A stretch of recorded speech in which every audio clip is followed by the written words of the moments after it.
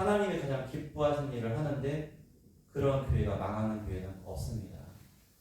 그게 우리에게 가장 우리가 그것을 함께 마음 모아서 해야 될 일입니다. 네. 오늘 우리가 예수님의 사랑 편으로 지금 말씀을 나누는데요. 제가 보여주는 이 책이에요. 이 책을 계속 여러 번 읽고 말씀도 묵상하고 하면서 여러분하고 말씀을 나누는 거예요. 그래서 이 책에 있는 내용도 있지만 또 여기 함께 나오는 성경 말씀을 가지고 함께 나누려고 합니다. 오늘 예수님의 사랑이 어떠해야 되는지 그 내용의 핵심은요. 은혜가 믿어진다는 것, 이것이 은혜라는 거예요. 여러분, 하나님의 은혜가 정말 이게 은혜였네 라고 믿어지는 것, 이게 기적이라는 거예요. 우리가 예수 믿는다는 것이 얼마나 큰 복인지 우리가 한번 생각해 봐야 합니다. 그래서 다시 말씀드리지만 하나님의 은혜가 믿어지는 때, 믿어지는 것이 나는 하나님의 은혜를 받은 자구나 라는 것을 우리가 알게 됩니다. 십자가의 사랑이 내 마음에 진짜로 믿어지는 것 자체가 하나님의 기적적인 역사라는 뜻이에요. 사람은 스스로 하나님을 향해 마음의 문을 열 수가 없습니다. 왜요? 그러한 지식도 없고 능력도 없어요. 우리는 원래 죄인이어서 우리의 눈은 가려져 있습니다. 우리의 영안은 띄어있지 않습니다. 십자가의 그 사랑을 우리가 바라볼 수 없는, 또한 죄에 대해서도 무감각합니다. 여러분, 사람들은요 다 자기 의로 살아요. 나 이 정도면 괜찮지 라고 하면서 삽니다. 내가 방금 교통신호를 안 지켰으면 다른 사람이 안 지킨 것을 우리가 빵빵하면서 욕하고 흉을 봅니다. 사실 여러분, 차를 타고 나가면요 교통신호를 100% 지킬 수 있는 사람은 아무도 없어요. 존재할 수가 없습니다. 자기는 아니라고 하실 분이 모르는데, 여러분 여기 도로, 이 도로, 동대 도로 50이에요. 50. 그럼 여러분 60, 70 다니면 다 어긴 거예요. 고속도로 나가서 다 초과하지. 웬만하면 특히 젊은 사람들, 여러분 스피드만 가지고도 우리가 법규를 다 지키기가 어려워요. 그런데 내가 걸리지 않은 것에 대해서는, 남에 대해서는 우리가 그것을 쉽게 판단하는, 그래서 그러면서 나의 죄에 대해서는 무뎌져 있는 것이 우리 인간들의 모습이에요. 그런데 그렇게 살다가 어느 날 이 십자가의 사랑이, 십자가의 이 은혜가 이것이 나를 위한 것이었구나 라고 믿어질 때, 여러분, 그것이 우리에게 임한 하나님의 은혜예요. 하나님의 은혜가 우리에게 그렇게 임한 것입니다. 여러분, 은혜에 대해서 히브리어와 헬라어가 이렇게 말하고 있어요. 히브리어는 한 단어, 헨이라는 단어, 헨. 그 다음에 헬라어는 카리스라는 그러한 단어가 이 은혜를 뜻합니다. 그래서 성경적으로 구약과 신약에서 은혜를 뭐라고 하는지 한번 볼까요? 자, 구약의 히브리어에서 헨은요, 받을 자격도 없는 자에게 주시는 호의라고 합니다. 받을 자격이 없는 자에게 주시는 호의. 그리고 아무 조건 없이 부어지는 친절. 그리고 구약과 신약에서 은혜를 뭐라고 하는지 한번 볼까요? 자, 구약의 히브리어에서 헨은요, 받을 자격도 없는 자에게 주시는 호의라고 합니다. 받을 자격이 없는데 주시는 것, 이것이 바로 구약에서 말하는 은혜의 핵심입니다. 자, 신약에서의 카리스라는 이 단어가 주는 것은 뭐냐면 기쁨을 주는 선물이에요. 예수님이 우리의 참된 기쁨 되시잖아요. 그리고 또한 값없이 주시는 은총입니다. 또 대가를 치르고 주시는 사랑이에요. 그러니까 신약에서 말하는 이 카리스라는 이 은혜는 정확하게 무엇과 연결되어 있어요? 정확하게 십자가의 사랑, 예수님의 사랑과 연결되어 있어요. 우리에게 구원의 기쁨을 주십니다. 우리에게 값없이 주셨습니다. 그리고 우리의 죄를 대속하신 그 사랑, 바로 이것이 은혜의 핵심이라는 거예요. 그러니까 이렇게 신약에서의 카리스까지 구약과 신약을 통틀어 보면은 아무 조건 없이 우리의 죄를 대속해 주신 그 놀라운 사랑이 은혜다라는 거예요. 그런데 이 은혜 없이는 우리가 아무것도 할 수 없음을 우리는 고백하게 되는 것입니다. 내가 받을 자격이 없는 것을 하나님이 대신 값을 치르고 주신 선물이 바로 은혜, 구원, 십자가의 사랑인 것이죠. 은혜 없이는 우리의 신앙은 불가능합니다. 은혜가 없으면 우리가 하나님께 나아갈 수도 없고 죄를 볼 수도 없고 회개할 수도 없고 변화될 수도 없는데, 자, 우리가 은혜 없이는 볼 수 없는 것, 자, 죄를 볼 수 없습니다. 자, 우리가 방금 읽었던 53장 5절 이렇게 말합니다. 그가 찔림은 우리의 허물 때문이요 그가 상함은 우리의 죄악 때문이라.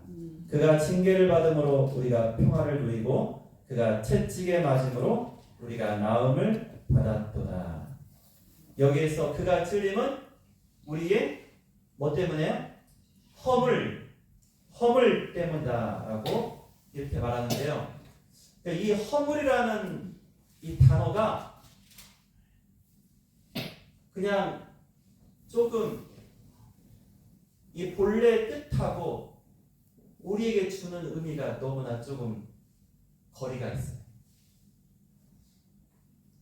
그러니까 오역이라고까지는 할 수는 없겠지만은 원래 히브리어가 담고 있는 저 단어의 뜻을 담아내지 못합니다. 제가 말씀드릴게요. 허물이라고 쓰인 이 단어가 페샤라는 단어인데 이게 뭔지 아세요?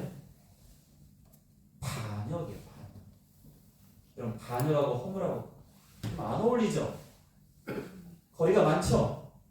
그러니까 우리가 잘못한 건 인정해. 알죠? 근데 그냥 아유 제가 좀 잘못했어. 이게 허물이잖아요. 반역은 다르죠. 반역은. 근데 이게 본래 뜻이 뭐라고요? 반역이에요. 그가 찔림은 우리의 뭐 때문이라고요? 반역 때문이야. 반역. 그러니까 우리가 전에도 말씀드린 적이 있지만은 아담과 하와의 불순종, 그러니까 우리가 순종과 불순종을 해가지고 불순종이라는 것이 틀리진 않아요. 그렇지만은 그 내용을 성경학자들이 신학자들이 보다 면밀하게 살피면은 결국 그와 같이 불순종하게 된 근본적인 그 마음이 무엇이냐? 사탄의 꾀임이죠. 사탄이 뭘로 꾀였어요? 너가 그것을 먹는 날에는 너희들이 밝아져서 누구와 같이 되는? 너희가 하나님처럼 되는 거야. 하나님이 되고 싶은 거예요. 하나님이. 누가? 인간이. 그게 반역이에요. 그게 반역이에요. 그러니까 쫓겨나죠. 그러니까 제가 어렸을 때 이해가 안 되는 것이 그냥 순종 안 하고 말한 거 안 그런데 왜 쫓겨나지? 이해가 안 됐어요. 솔직히 어렸을 때. 여러분 이해됐어요? 선악과 따먹는데 쫓겨나는 게 이해돼. 과선, 전에 맞아요. 과선 따먹으면 물론 그 분인 우리 동료 그 100몇십만 원 물어내라고 하긴 했지만 여러분 나무 하나 따먹었다고 집에 자녀 다리 목에 부러뜨리고 쫓아내십니까? 안 하잖아요. 그러니까 그러한 우리 인간 사회에서의 그냥 물건 하나 먹고 한 그것이 아니에요. 뭐예요? 그 중심을 보시잖아요. 그 중심이 뭐에 끌렸어요? 사탄 마귀에 끌린 사탄 마귀에. 사탄 마귀가 뭘 넣어줬어요? 너 하나님이 되는 거야. 하나님께 반역한 것이 바로 아담과 하와의 행동이다. 그래서 원래 성경은 정확히 말한 거 이사야가 그가 찔림은 우리의 뭐 때문이라고요? 반역 때문이다. 아담과 하와가 에덴 동산에서 하나님께 반역한 것, 그 불순종이에요. 반역의 불순종으로 인해서 결국 우리가 우리의 그 죄 때문에 그가 찔림을 당하실 것이다 라고 예언한 것이죠. 단순히 실수한 게 아닙니다. 의도가 있고 그리고 그 의도에 의해서 실행한 사건이 바로 선악을 알게 하는 나무의 실과를 따먹은 거예요. 그래서 여러분 우리가 하나님께 나올 때 우리 인생들은요 하나님께 반역한 그러한 죄인들이에요. 여러분 반역한 죄인들은요 역사적으로는요 전부 사역감이에요. 그렇습니다. 주님 제 잘못입니다. 제가 주님께 반역했습니다. 저의 죄를 보게 해 주시옵소서. 그래서 나의 그 죄를 볼 수 있는 것이 은혜라는 거예요. 자, 그리고 그러면 죄를 아는 것으로 끝납니까? 아닙니다. 죄를 알면 뭐 해야 돼요? 회개해야 되는 거예요. 그런데 은혜가 없으면 회개도 못한다는 거예요. 보세요. 여러분들이 자녀들이나 누군가에게 죄를 지적하고 알게 해요. 그런데 자녀든 누구든 분명히 죄인 줄은 알아. 잘못은 알아. 근데 미안하다고 안 하고 말로 뉘우치지를 안 해요. 그럴 수 있지 않습니까? 그런 경우 당하시면은 허망하죠. 그런데 너희 죄가 이사야서 1장 18절에 너희 죄가 주홍 같을지라도 눈과 같이 희어지리라 라고 말씀하셨어요. 자, 왜 회개가 하나님의 은혜가 필요하냐? 이 말씀이 뜻하는 것이 우리에게 중요합니다. 그래서 희어진다. 우리 지금 눈이 오네요. 자, 여기서 희어진다는 것은 뭐냐면요. 하나님이 희게 만들어 주신다라는 그런 뜻입니다. 그러니까 회개는요. 내가 눈물 흘리고 내 감정적으로 나를 순화시키면 됐어. 나는 죄 회개했으면 끝났어. 이게 아니라 하나님께서 나로 하여금 죄를 보게 하시고 또한 돌이키게 하시면서 그래서 다시는 그 죄 가운데 거하지 않도록 희게 만들어 주시겠다는 바로 그 은혜로 우리가 회개할 수 있다는 거예요. 우리는 은혜 없으면 믿는 것도 우리의 믿음도 불가능합니다. 로마서 5장 8절에서요. 우리가 아직 죄인 되었을 때 그리스도께서 우리를 위하여 죽으심으로 하나님께서 우리에 대한 자기의 사랑을 확증하셨느니라. 죄인이었어요. 죄인은 뭡니까? 하나님께 나아갈 수 없는 자입니다. 그래서 우리 하나님이 먼저 우리에게 오셨어요. 은혜가 없으면 변화되는 것도 불가능합니다. 여러분 예수 믿고 변화된 사람들 그들의 공통된 간증 이렇습니다. 내가 전에는 아무리 해보려고 해도 이렇게 신앙생활 해보려고 해도 안 되는데 교회 다니려고 안 되는데 내가 예수님 내 마음에 모시고 예수님이 내 안에 계실 때 그때 하나도 힘이 안 들어. 그냥 되는 거야. 그냥 그렇게 살게 되었다. 그리고 성령님이 이끌어 주신다라고 이렇게 간증합니다. 여러분 은혜가 없으면 변화는 불가능합니다. 맞습니다. 우리가 선하게 살려고 애쓴다고 해서 우리가 선하게 되는 것이 아니라 하나님의 은혜가 임하여야 우리의 삶이 바뀌고 또한 죄를 보게 되고 회개하게 되고 변할 수 있다는 거예요. 시편 32편 1절에 이 다윗의 시편인데요. 이렇게 고백을 합니다. 허물의 사함을 받고 자신의 죄가 가려진 자는 복이 있도다. 이 말씀이 대단히 중요합니다. 허물의 사함을 받고 자 허물이 뭐라고요? 반역함을 사함받은 거예요. 그러니까 단순히 잘못이 아니라 우리가 하나님께 대하여 반역했던 그 죽어야 했던 바로 그 죄를 우리 하나님이 사해 주셨어요. 그리고 우리의 죄를 가리워 주시는 그러한 복을 받는 것이 필요하다라고 말하고 있어요. 여기서 가리워진다는 것이요. 완전히 덮어버린다. 보이지 않게 씌워버린다. 흔적도 없이 지워버린다라는 거예요. 잘 보세요. 중요합니다. 여러분 살아오면서 어렸을 때 부모님이든 지금 형제 자매든 가족이든 여러분 살다 보면 잘못해서 이렇게 서로 풀고 온 적도 있고 뭐 있는데 아무리 봐도 이 상대방이 나의 그 잘못과 나의 죄를 기억하고 있고 그걸 가지고 계속 건드는 거 있어요 없어요? 그러면 마음이 편하세요?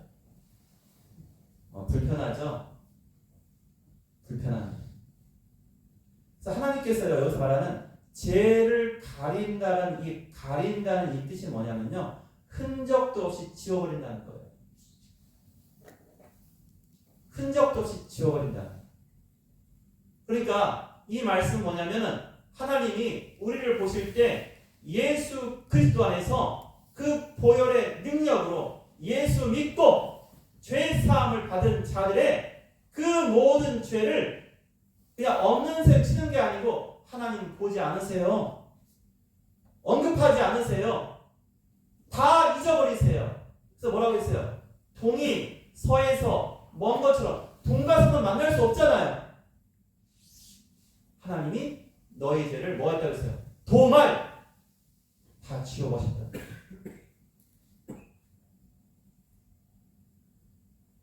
그래서 하나님이 나를 볼 때 죄가 없는 거예요. 나는 죄인인데 하나님은 죄 없다고 하십니다. 근데 그게 없다는 신용이 아니에요. 하나님은 그렇게 안 하는 거예요. 우리는 그냥 겉으로 너 죄 없는 셈 치자 하면서 꾹꾹 담고 살아. 하나님은 그렇게 안 사십니다. 하나님 그러지 않으세요. 하나님은 그걸 다 없애버리세요. 제가 흔적부터 없이 가려집니다. 뭘로 가려져요? 예수 그리스도의 십자가에서 보여서 다 가려버리기 때문에 보이지 않습니다. 이것이 은혜라는 거예요. 또한 이것이 우리가 믿는 복음이 되는 것입니다.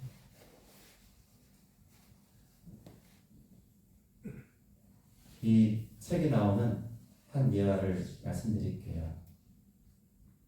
이 목사님이 한 시골교회 가서 한 권사님을 만나게 되었어요. 근데 이분이 교회 다니시고 신앙생활 열심히 하시는데 얼굴에 항상 수색이 가득하고 권사님인데 웃질 않으세요. 왜 웃지 않은 권사님 계신가 봐야겠죠. 우리는 다 잘 웃어가지고 웃질 않으십니다. 그래서 뭔가 무슨 귀신 때문에 그럴까? 왜냐면은 이 아주 저명하신 또 아주 잘 알려진 이 목사님이 이런 교회 오면은 되게 교인들도 반가워하고 우리 이번 주일날 우리 배목사님 오시면 반가워하지 마세요. 반가워하고 막 웃고 그래야 되는데 아니 그 목사님을 보고도 다른 사람은 다 웃잖아요. 근데 웃음이 없어. 말씀을 듣는데 은혜 받는데 달라요 표정이. 그래서 만났어요. 너무 이상하다. 마음에 걸리는 거예요 목사님. 만났어요.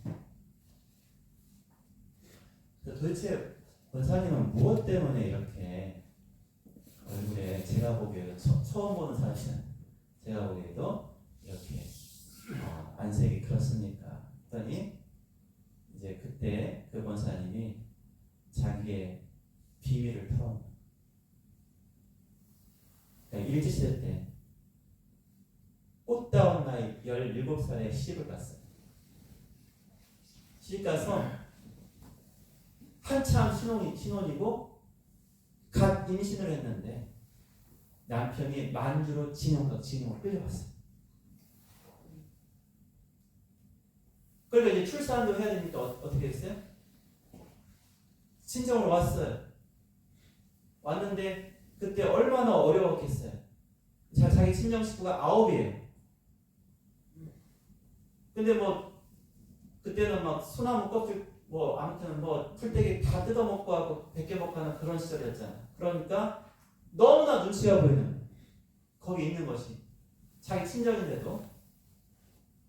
근데 딱 애를 낳았는데 애가 쌍둥이에요. 쌍둥이. 이 권사님이 어떤 18 나이, 18, 19 나이 때 어떤 선택을 했냐면 2명 중에 한 아이에게 젖을 물리지 않아서 죽였어요.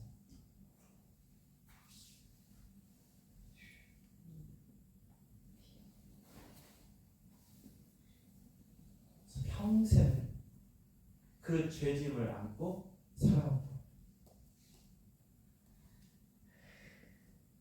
그래서 목사님이 그 말을 듣고 함께 눈물을 흘리면서 우리 주님께서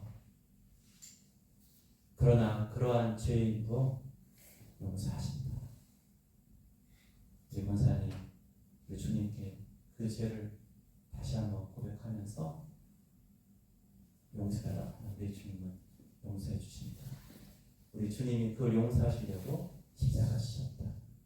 어떤 죄는 용서하고 어떤 죄는 용서하지 않으려고 십자가 지신 것이 아니라 우리 인생의 모든 죄를 다 사하시려고 십자가 지셨다라고 그렇게 위로하고 함께 기도했어요. 그리고 나서 그 권사님의 마음이 그 수십 년 동안 쌓였던 그 죄짐에서 비로소 해방되어서 그제서야 이제 교회 가서 웃게 된 거예요. 그러니까 그 부흥 집회의 가장 큰 은혜가 뭐냐면은 이 권사님이 웃음을 찾은 거예요. 그래서 그 교회가 하나님의 은혜를 함께 경험했어요. 여러분 혹시 웃지 않은 분들 웃어야 됩니다. 은혜 받아야 된다. 웃어야 돼요. 왜 이렇게 근엄합니까? 그러니까 중세 우리가 유럽에서는 이제 카톨릭 문화가 심할 때 수도원이 있어요. 수도원이 있어. 그 수도원에 가면은 이 수도사들이 이렇게 긴 이런 옷을 입고 머리는 또 뭐 없는 사람도 있고 이렇게 옛날 영화들 보면은 조금 어두워요. 많이 어두워요. 또 행색도 굉장히 근엄하게 하고 다녀요. 날마다 말씀 보고 날마다 찬양하는데 그들의 모습에 뭐가 없어요? 기쁨이 없어요. 그게 뭐예요? 그건 아닌 거예요. 우리가 하나님의 은혜를 아는 자는 마음에 기쁨이 있어야 됩니다. 그리고 죄 사함의 은총을 우리가 참으로 감격으로 우리가 알게 되었다면 우리가 진정 그와 같은 은혜 가운데 살게 되는 것입니다. 여러분 예수님의 사랑은 바로 은혜를 은혜로 알게 되는 그런 사랑이에요. 은혜가 믿어지는 사람들이에요. 아, 하나님이 나의 죄를 용서하셨구나. 이런 감사할 뿐이구나. 하나님이 나를 용서하셨듯이 나도 용서해야겠다. 다른 사람을 탓하지 않고 도리어 은혜를 나누어야겠다. 그러니 이제 하나님이 나의 죄를 없다고 하시니까 하나님 앞에 어떻게 나가야 되나? 그리스도의 보좌 앞에 담대히 나아갈 수 있습니다. 오늘 설교의 전체를 한 문장으로 정리하면 이것입니다. 은혜가 믿어지십니까? 그러면 당신은 예수님의 사랑이에요. 여러분 은혜가 믿어지시죠? 하나님이 날 사랑하시는구나. 예수님이 날 위해 죽으셨구나. 나의 죄를 용서하셨구나. 믿어지셔요? 여러분 예수님의 사랑이라는 거예요. 여러분 이 은혜가 우리 안에 흘러넘쳐서 이 십자가의 은혜가 특별히 이제 크리스마스가 다가옵니다. 아기 예수가 이 땅에 오셔서 온 세계 가운데 주고자 한 것이 단순히 전쟁과 평화의 개념이 아니라 영원한 생명, 저 천국으로의 소망 아니겠습니까? 또한 이 땅을 살아가는 것도 우리가 이 땅을 살지만 하늘나라 시민으로 하나님의 자녀로 살아가게 되는 것, 이것이 우리 주님께서 우리에게 주고자 하신 은혜입니다. 여러분 그 은혜를 충만히 누리시고 이제 은혜를 믿고 알게 되었으니 더욱더 풍성히 누리시고 나누시는 귀한 하나님의 자녀들 다 되시기를 축원드립니다. 아멘. 기도하겠습니다.